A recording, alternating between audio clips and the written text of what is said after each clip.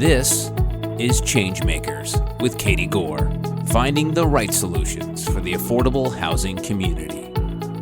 I'm back with ChangeMaker Gilbert Winn, the CEO of WinnCompanies, a company that is a leading management agent of affordable housing and privatized military housing.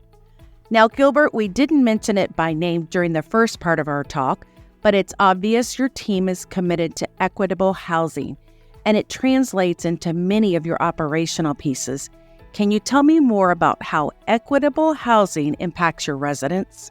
Yeah, we think a lot about that. I'm going to answer it in small and big response. The small is the blocking and tackling of the things I was describing. I think the eviction process needs to provide every chance to be avoided.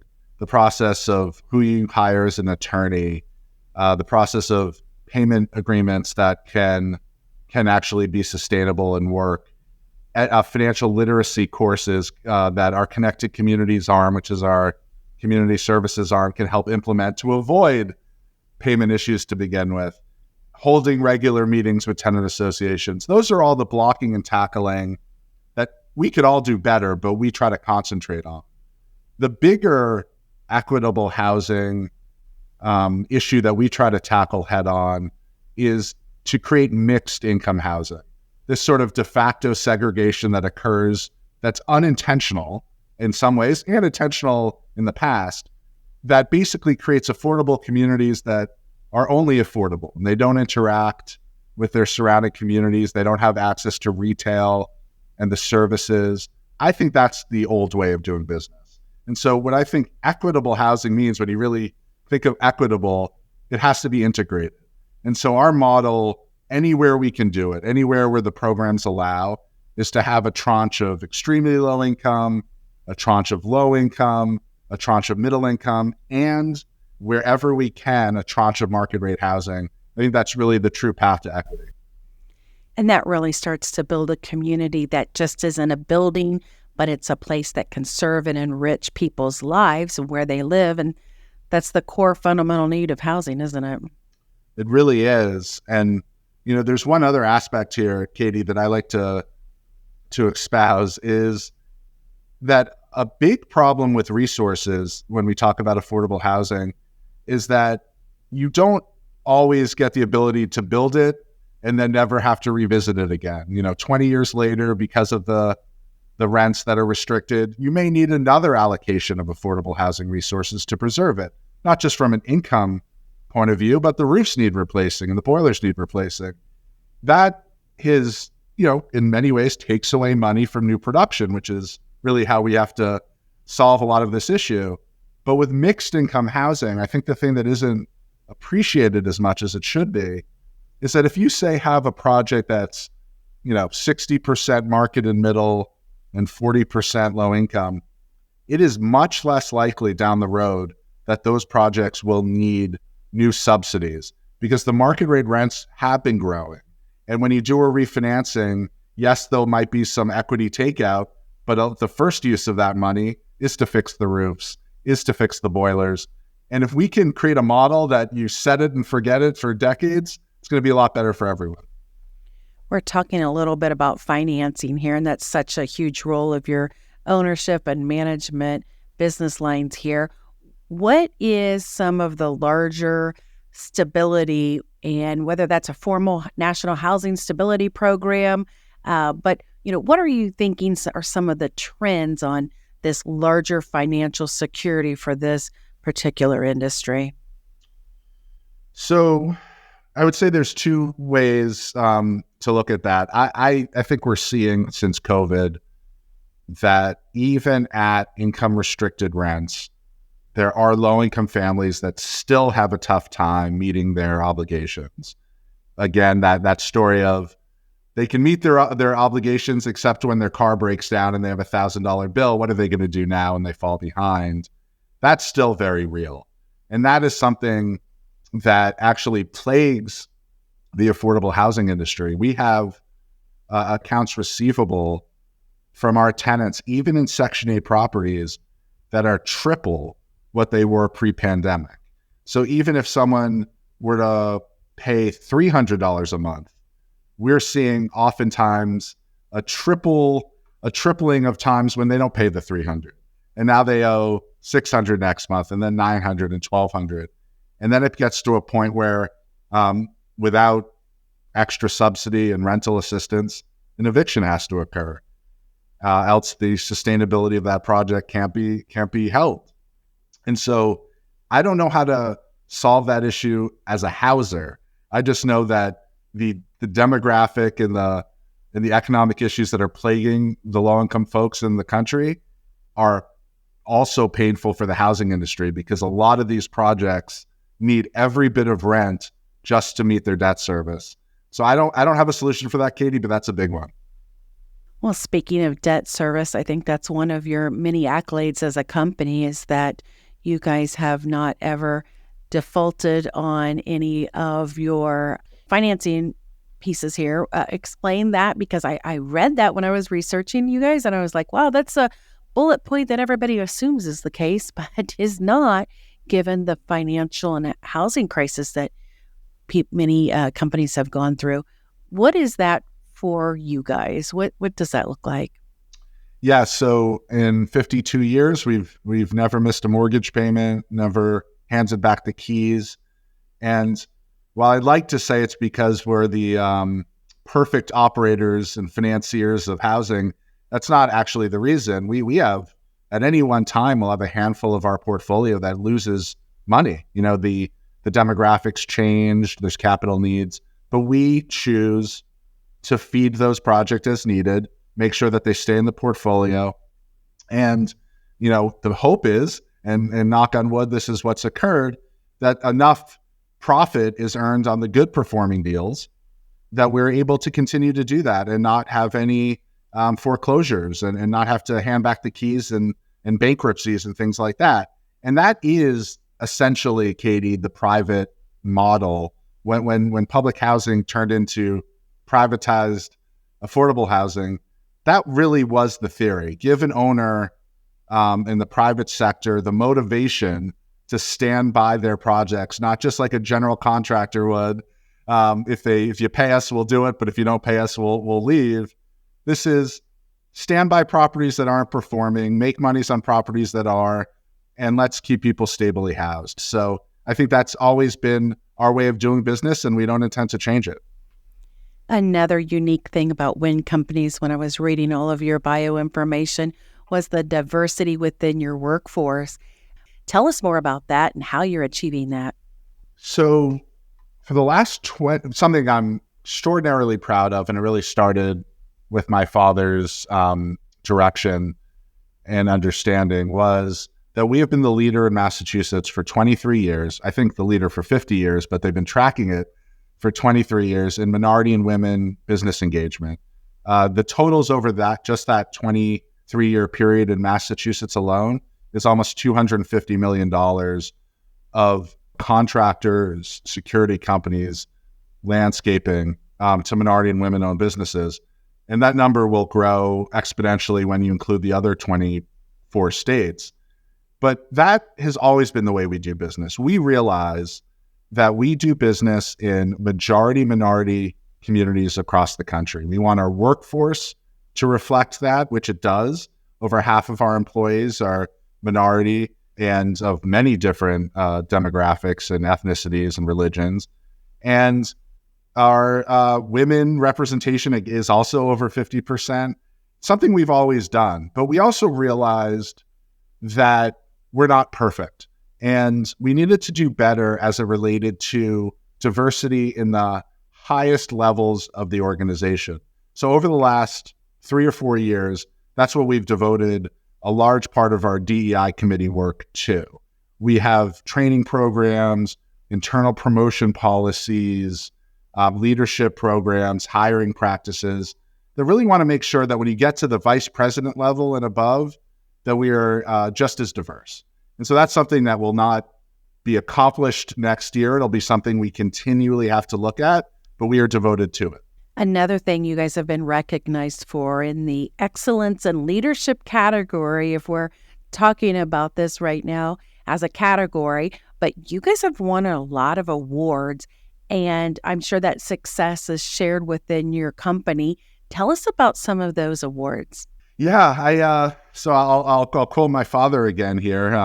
Someone asked him what he wants to accomplish in development. He said, "I want to make money and win an award." And what he means by that is, of course, you have to be profitable to be in business, but he wants to build a product that is recognized as best in class, that helps the community as an asset. And so that I would word it differently. I would say I want to, do well by doing good. But basically, that's what we strive for. We actually care about these awards because we feel like they're an indication we're on the right track. So it's not just an award for building affordable housing. It could be an award for achieving a deep energy retrofit or saving a historic asset or the best accomplishments of family self-sufficiency from HUD. These are awards we go after, and they keep us on track. If we haven't won an award in a year, we're going to say, what are we doing wrong, and let's be better. Well, congratulations on your recent induction into the Affordable Housing Hall of Fame. How did that feel about that particular recognition, and what did it mean to you? It was wonderful, and I really appreciated the honor. And it was just so much more meaningful because I got inducted alongside my father, Arthur. And so that was just very meaningful family affair. But I view it as what it was. It was a recognition that WinnCompanies and its thousands of employees over 50 years accrued a reputation like it is. We're known as great housers and operators, and I played a part in that, but I know that many people led the way before me and alongside me and my father. So it was a company award, and it was really special. If Arthur was with us on this podcast, what would he be telling you either to do or to guide you along? Like what's the words of Arthur? I feel like he's influenced the company and who you are. I want to share a moment in his words via you. Katie, this is my favorite question of the entire podcast. That's well done. I think he would say very clearly, I don't want to just be big. I just don't want to do more. I want to do it well. And if we can continue to do it well and lead the industry, go for it. And then I really have taken that always to heart. It's not growth for growth's sake. It's not awards for awards' sake. It's, are we doing the great job? And I just now kind of switching back to me, I would say, I know we are not a perfect company. I just believe we have perfect intentions. So if we foul something up, if we fall down on the job, the thing I care about most is then we attack the situation and fix it. The reality of property management and properties, you're dealing with buildings and process and people. But I remember in my days as a manager, I would go out and it'd be like, we just picked up this trash. What do you mean it's covered again? And properties don't stay clean and nice and tidy. And when you mention if we fall down, well, we're working with a lot of dynamics that don't help us. Faucets leak, yards get trashed, like all these things happen. How do you keep encouraging your team to stay in it? The toughest part of our job, absolutely. And it has to do with acknowledgement, and it has to do with support. I want to be clear whenever we encounter an issue, I want to get to the bottom of it and understand if this was because we didn't care or because it was unavoidable.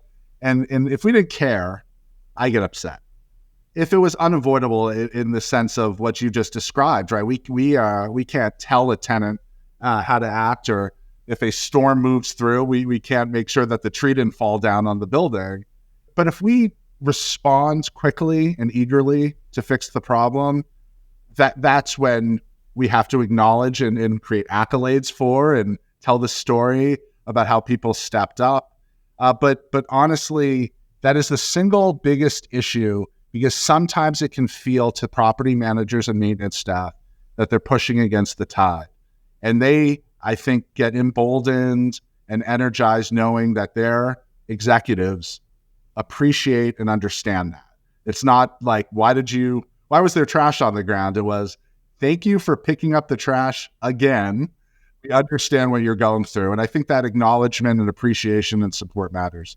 So I see that both on the employee side and the tenant side with what you guys are doing. You guys have a scholarship program. Tell us more about that.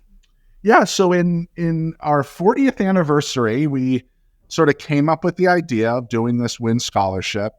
And the idea was it would be for tenants at properties and they could apply.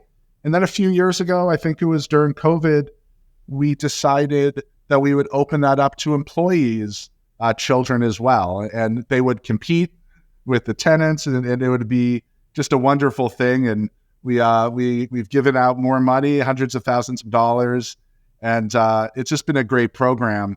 We also have a similar or tangential program, which we call the WRF, which is the Winn Employee Relief Fund, that also we actually solicit from members of the team that $5 out of every paycheck, if they wish to do it, or 10 or 20, will go into a fund that when the inevitable bad thing happens, our employees can apply for financial relief, and within 48 hours, our committee makes an award.